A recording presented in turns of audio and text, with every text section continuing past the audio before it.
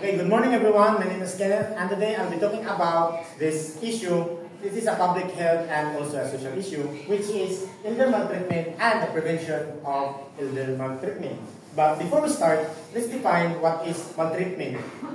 When we say maltreatment, it's about abuse. For example, sexual abuse, physical abuse, and psychological abuse. Now, what is elder maltreatment?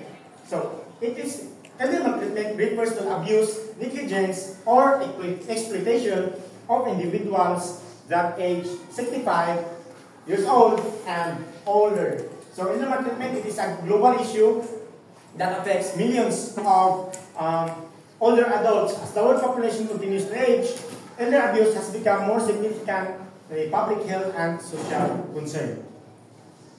Now, women, the most vulnerable are the women who are 75 years old and 80 years old.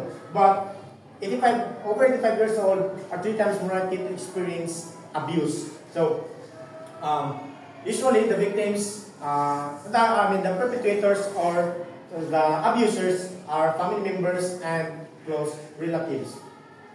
Now, how do we know that someone is being abused? What are the indicators or the forms of abuses so that we can know that some elders are being abused or not? Here are the forms of abuse. First is physical abuse. For example, physical abuse is hitting, kicking, and bodily harming those elders. Second is sexual abuse. It is any non-consensual sexual contact. When we say non-consensual, it is forced sexual activity with the elders. Next is the psychological abuse. When we say psychological abuse, it includes threats, intimidations, manipulations, and isolations of the elders. For example, the elderly lock them in their rooms because they are so old. That is isolation, and it affects their psychological being. Next is the financial abuse. It includes stealing money or misusing the social security checks. For example, some elders have SSS or other pensions that their relatives or their family members use them not for their medicines, but they just misuse those money. We can consider that as an abuse for the elders. Next is negligence. When you say negligence, it is failing to provide the basic needs such as food, security, medication, and hygiene or medical health for the old people. So old people, the elders deserve to have nutritious food and medication. But if we fail to provide that for them, that is considered an abuse. So, why does this case keep on rising? Why does abuse is rising? Many cases of abuse are unreported due to, first is fear of retaliation. Some of the victims refuse to report these abuses because they are scared of retaliation, or they are scared of the abusers. Second is dependence on the caregivers. Third is shame or embarrassment. Some of the abused individuals do not report those cases of abuse because maybe they are ashamed or they are embarrassed of what happened to them. For example, when someone is sexually abused, they resist or they refuse to report that because they might feel embarrassed when they report such abuse. Next is cognitive impairment. Some of the elders, for example, they have Alzheimer's disease who are prone to abuse. They don't have the ability or the capacity to report such abuse because they have cognitive impairments. Next is lack of awareness of available help. It is one of the reasons why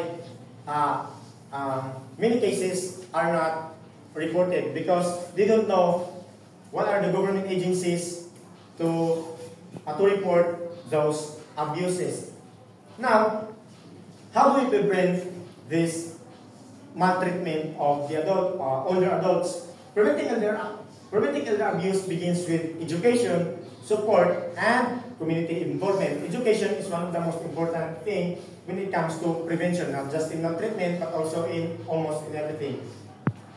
So, number one, Number one prevention is recognizing early signs is very essential. It includes unexplained injuries. For example, when you see adults, elder adults who are injured, but they cannot explain why they are injured. For example, they have black eyes and you ask them what happened to them and they say just nothing happened. That is early signs of abuse. Second is poor hygiene and malnutrition. When you see someone who is so old that is malnourished and has a poor hygiene, we can say that experiences abuse because that is a violation of because the family fails to provide hygiene and medication for the adults. Third is poor behavior when someone is around.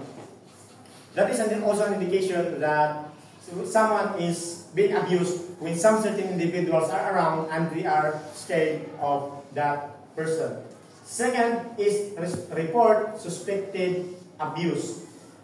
Reporting abuse is it protects the victim from further harm. So reporting those abuses, reporting the individuals who abuse is very important to protect the victims from further harm.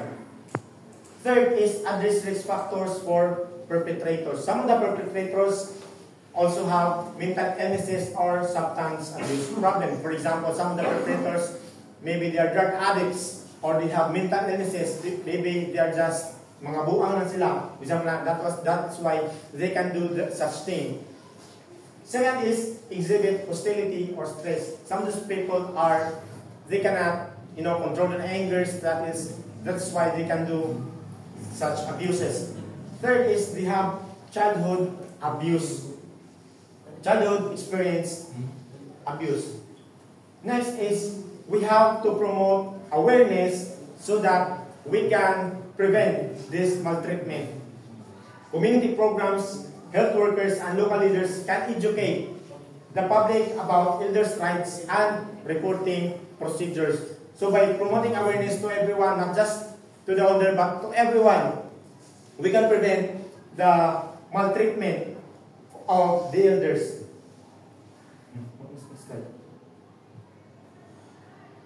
So in conclusion, elder maltreatment is a serious and concern that affects millions of adults worldwide. However, through education and early detection, caregiving support, and strong community participation, elder maltreatment can be prevented. So protecting our elders is not only a legal responsibility, but also a moral and social obligations. So by working together, we can ensure that all the adults live with dignity, respect, and protection. That is all. Thank you.